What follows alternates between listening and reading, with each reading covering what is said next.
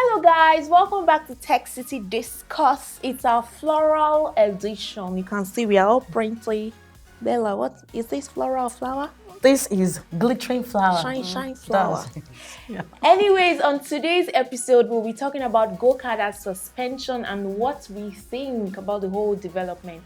My name is Dolakwa Inyuade. I'm Bella Rizukoji. And I'm Shalewa Williams. Welcome.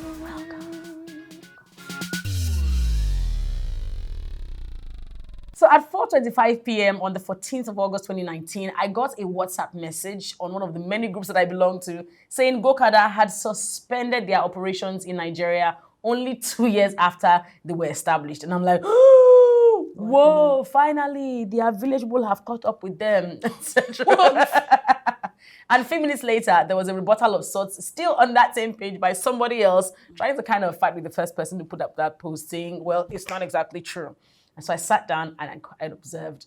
And so today, we want to just kind of delve into that for a quick minute. But before we continue, please make sure that you subscribe to our channel right now. Do so right now. Subscribe, click on the bell icon as well, and you will get notifications when we put out a new video. All right? And hi to everyone who's watching on Instagram at TechCityNG as well. Hi.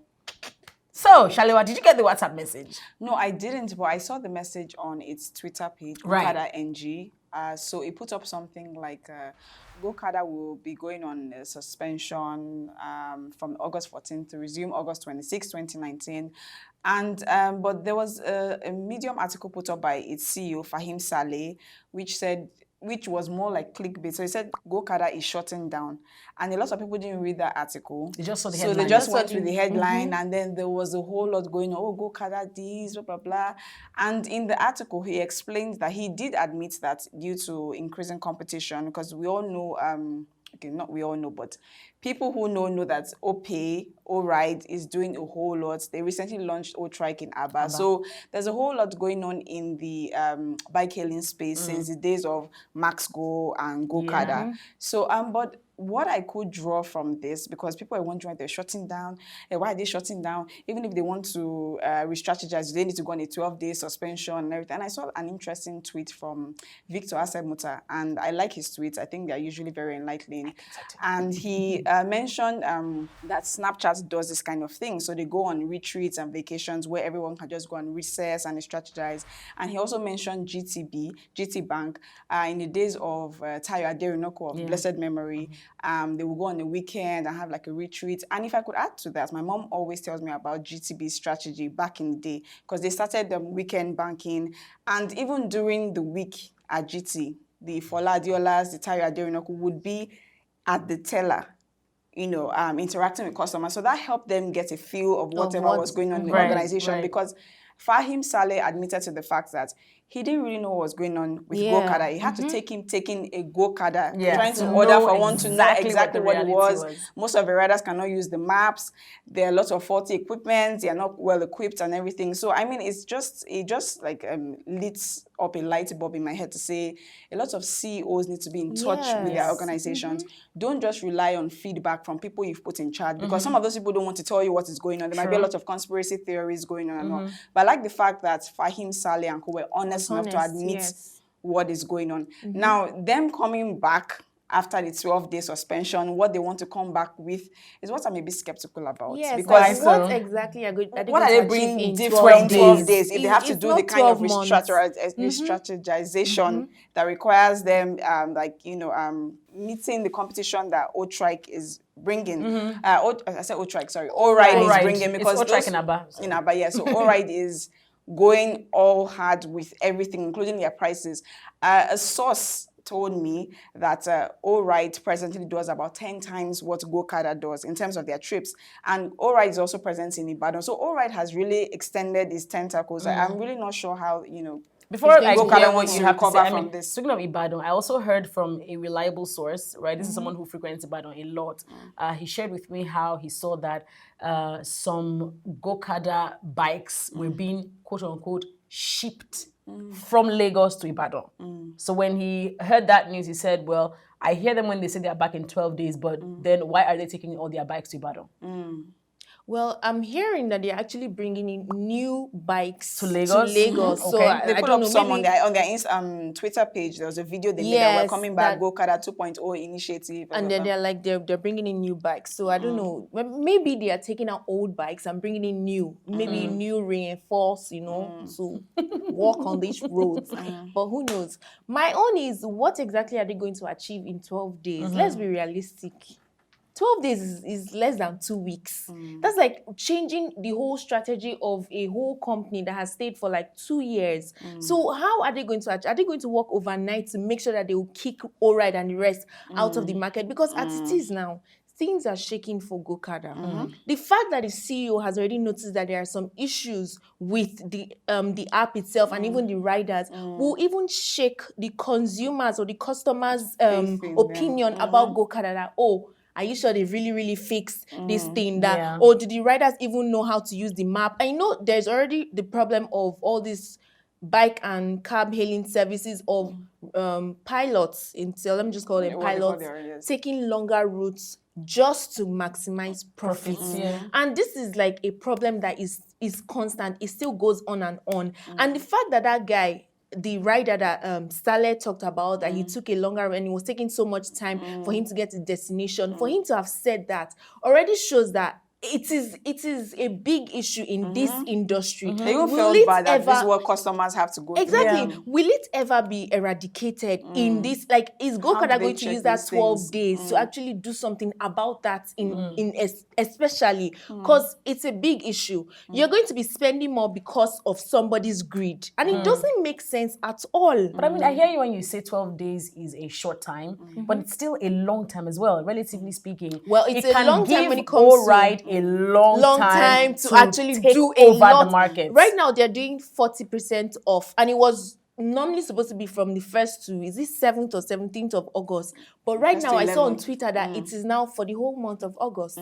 So you can imagine, like, Alright is going to take, Alright and Go, Max Go, whatever all those people are called, they are all going to actually do something. Yes, take advantage of these 12 days that Gokada is going into suspension. So, I mean, I feel like it's going to be really bad for Gokada. Like, Gokada might suffer a very hard blow from this. Even if at the end it seems like Gokada is going to do like a revitalized comeback type kind of thing. I feel like they're going to miss out on a whole lot in these 12 days. Things are going to happen. Plenty things are going to... Let's just wait. 12 days. This reminds me very much of the Uber and Taxify era. That was sometime in 2015, I think. 2015 or 16 thereabout. When Taxify came into the market and Uber was so scared, Taxify dropped prices, all of that, and it affected Uber a whole lot. Now the environment has now kind of, stabilized, but both parties were affected greatly.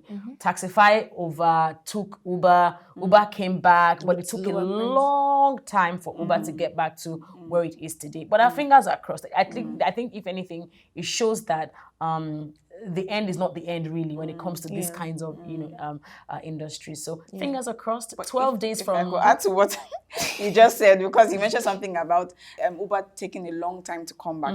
I read something very interesting on TechPoint, an article where Fahim Saleh, I think he was the co-CEO at the time, what's his name now? Deji Oduton was the original CEO, and they asked him about competition. And I would read it so that it doesn't seem like I'm making up these words. That what about competition? And he said that we are very aware of competition coming in, but we believe we've developed a good understanding of the market and how to cater to it. Now, this is what he says, which is a mistake people make. He says competition will have to start from the scratch, and many are distracted with the region. So I think they got a bit blindsided. You know how you feel? We're in this thing for 2 years. Everybody's going to start now. They're going to start from where we started. From the bottom. But they're forgetting that this is a very large company. This is Opera we're talking about. It's not a Nigerian thing. They're coming from somewhere and they have a lot of money. Exactly. So they know how to tackle the thing. It's just that they know how they're going to get their own money back. It may take a longer time for them to break even in that business, but they know their strategy. And this is Okada we're talking about. Exactly. I feel like Gokada probably did not really understand the markets they were going into. They didn't really understand the under business of this thing. They didn't delve. They didn't Go attack deep this thing. into Yes, the- because this is Okada business. The last time we talked about regulation issues and all of that, there's still that. And then now again, this whole issue of competition and all of that. I feel they were too relaxed. Oh, we've arrived. Okay, We are a blindsided, startup. yeah. We have gotten there. And then people just came and just attacked from different angles. See their go boats, for instance. I talked about how their G boats. I talked about how they went in too fast with that. And it looks like people already having issues that they couldn't pay at this point thing. You mentioned to me earlier that somebody already put up a post that there were already issues with the go boats and all of that, and we're not even hearing anything about G boats. So I don't know what's really happening with the whole. So would you rather they roughed it and stayed and fought until they came out strong, or would you applaud the decision for them to just step back, try to figure out a few things, and then come back into the market? Well, this decision, I think it's better for them. It's better for them, but there's also the glaring cons to part. many people. They have to work in such a way that they can will I say, attack the competition that will take advantage of this moment. They have to have some kind of plan that they can use to hold down whatever competition comes up during this 12-day period. You get exactly so. Whoosh. Okay then. Wow. What a conversation.